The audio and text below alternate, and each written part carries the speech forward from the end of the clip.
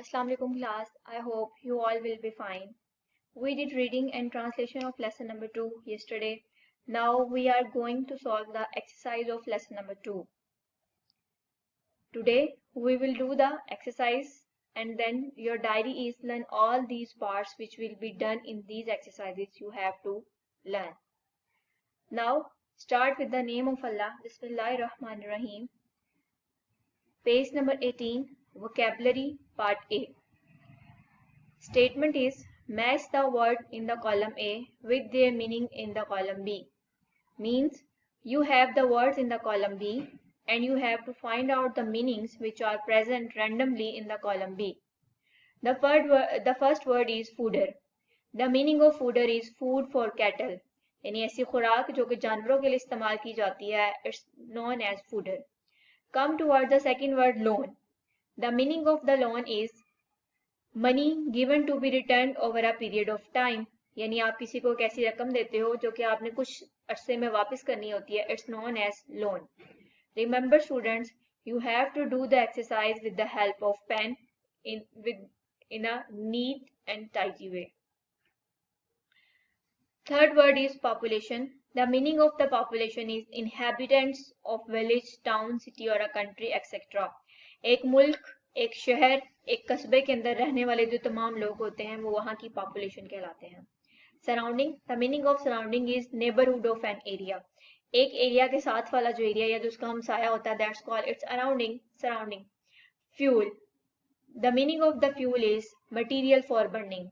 एक ऐसा मटीरियल जो कि जलाने के लिए इस्तेमाल किया जाता हो, it's known as fuel.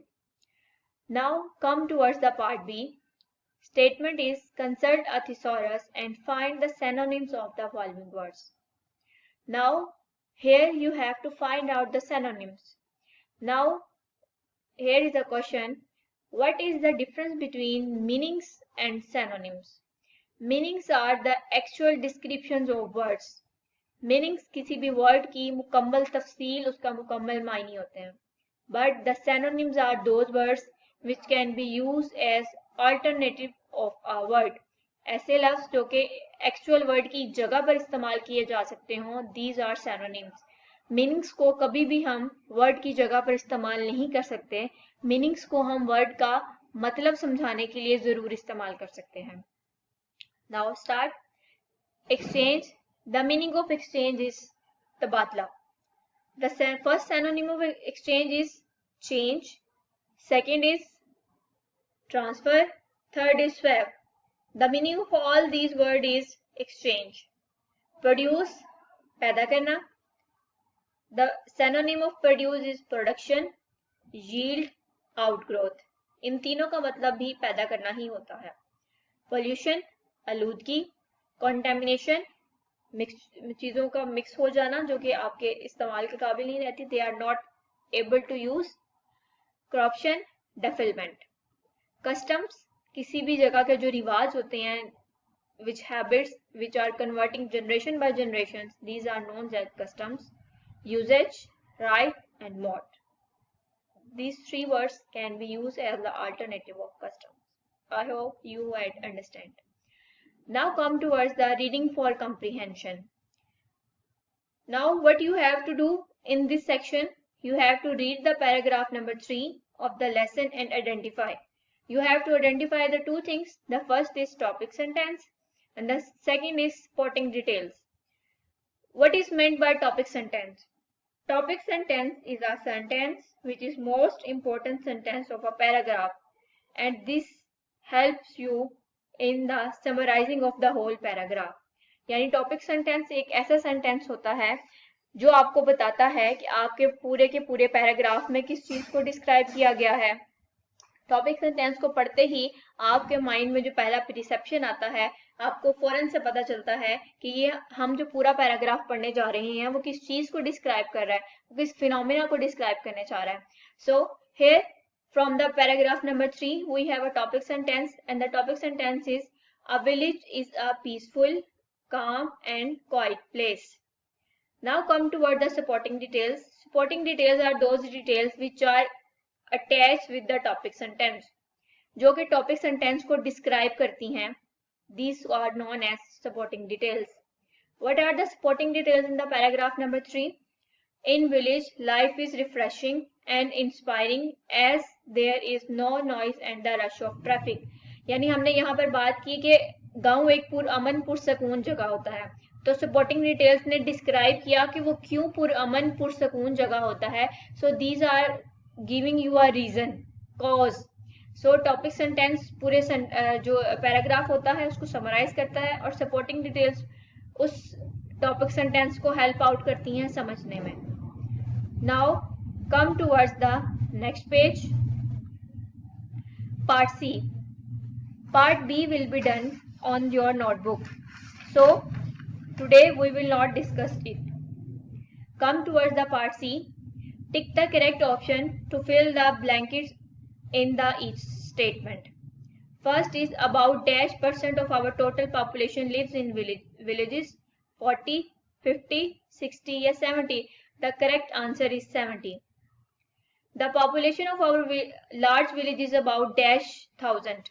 Options are 3, 5, 7, 8. The correct option is 5. Third statement is the main occupation of the villagers is.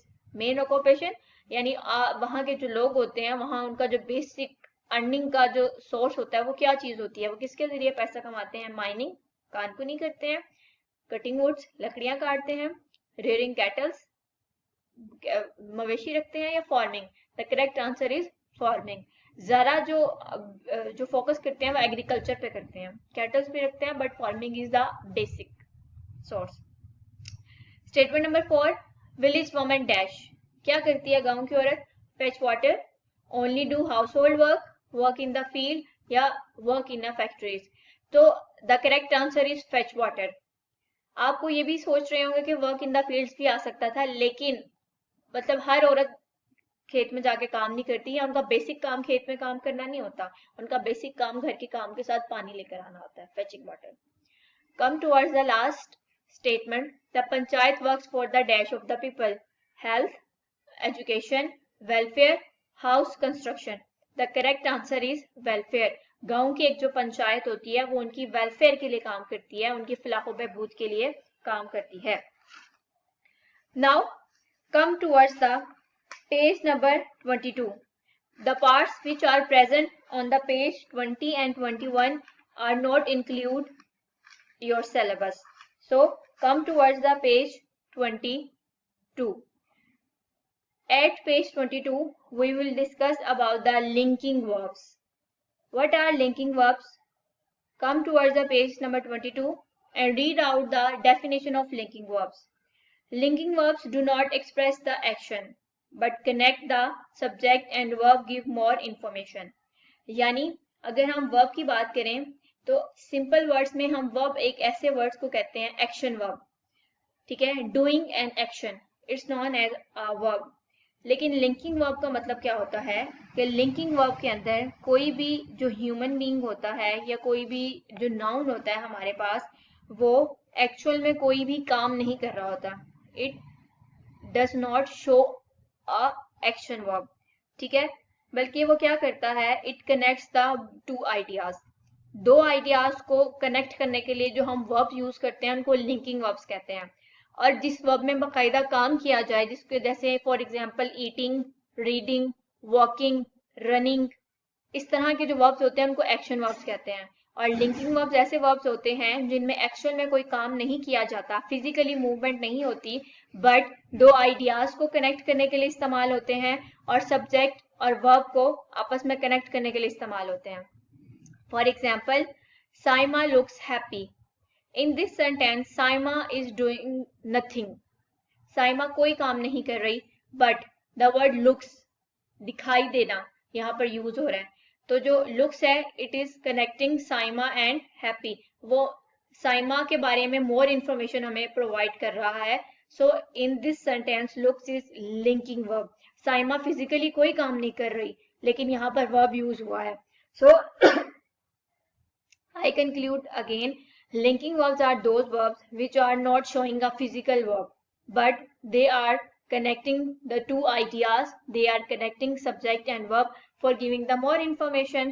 Here we have the list of linking verbs be, look, feel, smell, prove, go, run, resemble, appear, seem, etc.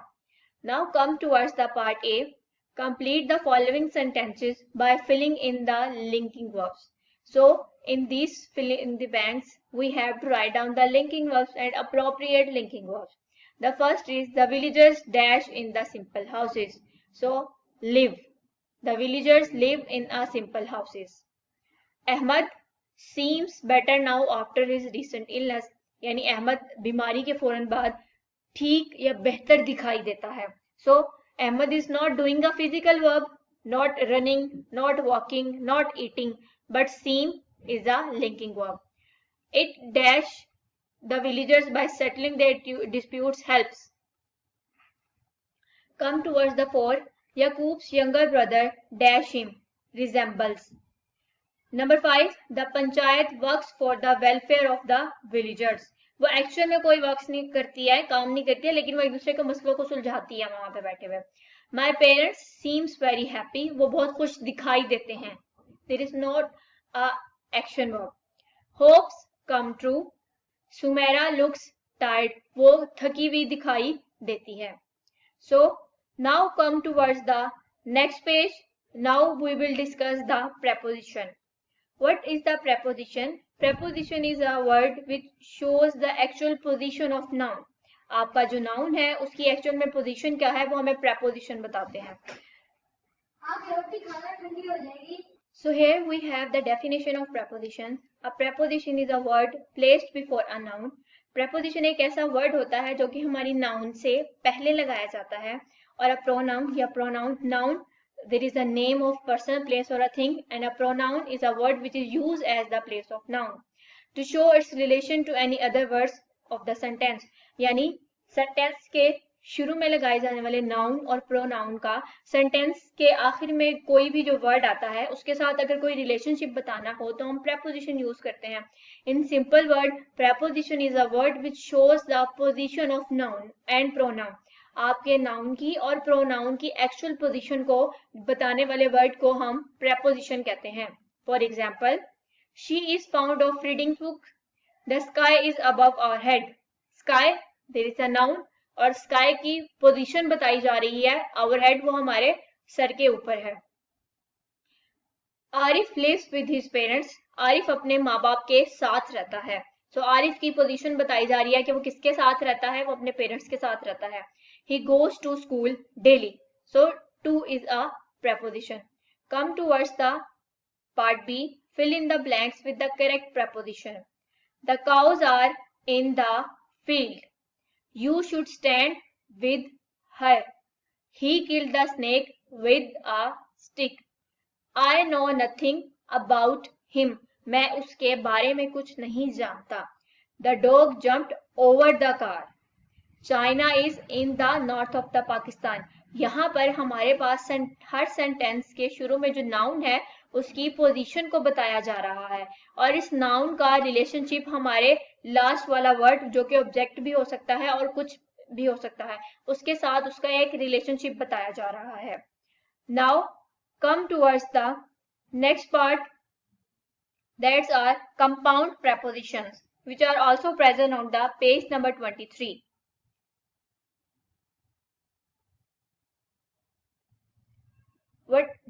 Come towards the definition of compound prepositions. Compound prepositions are formed by prefixing. Suffix and prefix ये दो लफ्ज इस्तेमाल होते हैं. Prefix का मतलब होता है किसी भी actual word से पहले किसी word को लगा देना. Pre. The meaning of pre is पहले. So हम क्या करते हैं?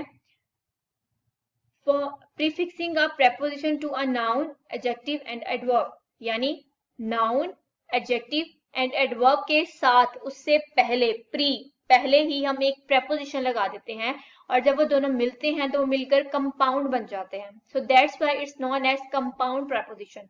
आपके पास ऑफ, ऑन अकेला होगा तो it will be called preposition. But जब इन्हीं वर्ड्स को हम किसी दूसरे नाउन, एडजेक्टिव या एडवर्ब के साथ अटैच कर देंगे तो it will be known as compound preposition. For example, you have a word cross. You have attached the word on with cross, so it becomes across. Now